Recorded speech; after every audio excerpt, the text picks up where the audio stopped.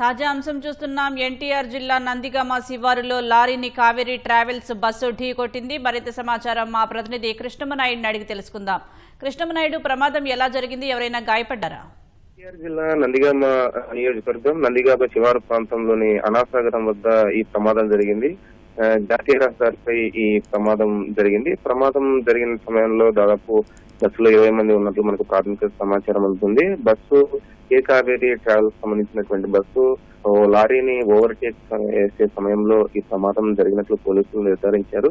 ఈ ప్రమాదం జరిగిన సమయంలో మొత్తం 20 మంది ఉండగా అందులో 8 మంది గాయపడ్డారు. 8 మందిలో 4 తీవ్రంగా గాయపడ్డారు. మొత్తం 8 మంది గాయపడ్డ వాళ్ళలో 2 మహిళలు ఉన్నారు. మిగిలినటువంటి 6 పురుషులు ఉన్నారు.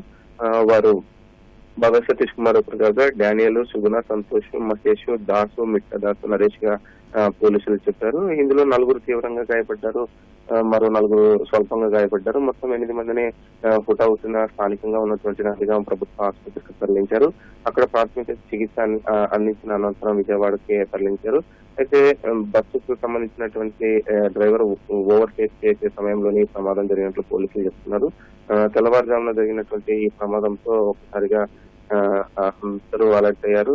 గతంలో జరిగినటువంటి బస్సు ప్రమాదాలని దృష్టిలో ఉంచుకుని వెంటనే అక్కడికి పోలీసులతో పాటు రెవెన్యూ సిబ్బంది చేరుకుని క్షతగాత్రుల్ని ఆసుపత్రికి తరలించడము, మెరుగైన చికిత్సకి విజయవాడకు తరలించడం జరిగింది.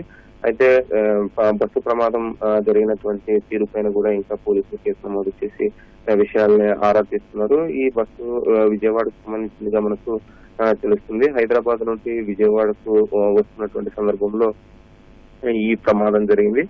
వెంటనే అక్కడికి చేరుకున్నటువంటి పోలీసులు కూడా ఈ జాతీయ రహదారిపై ఎక్కువగా వాహనాలు, వేల సంఖ్యలో వాహనాలు నిత్యం ప్రయాణం జరుగుతూ ఉంటుంది. రద్దీగా ఉండేటువంటి ఈ జాతీయ రహదారి కనుక తెల్లవారుజామున మరే ప్రమాదాలు జరగకుండా ఆ బస్సు పూర్తిగా రహదారికి అడ్డంగా ఉన్న సందర్భంలో దాన్ని బయటకు తీసేటువంటి క్రమంలో ఇప్పటికే అక్కడికి ట్రైన్ తెప్పించారు.